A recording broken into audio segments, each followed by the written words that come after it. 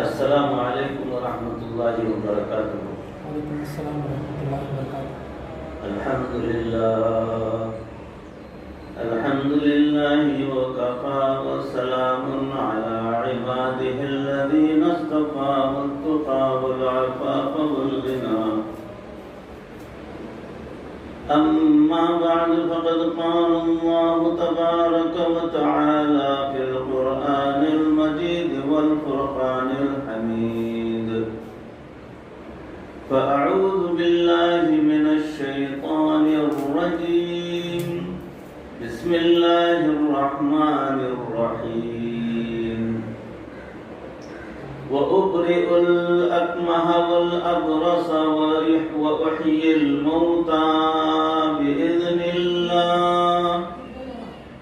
وقال تعالى في مقام آخر: حسبنا الله ونعم الوكيل۔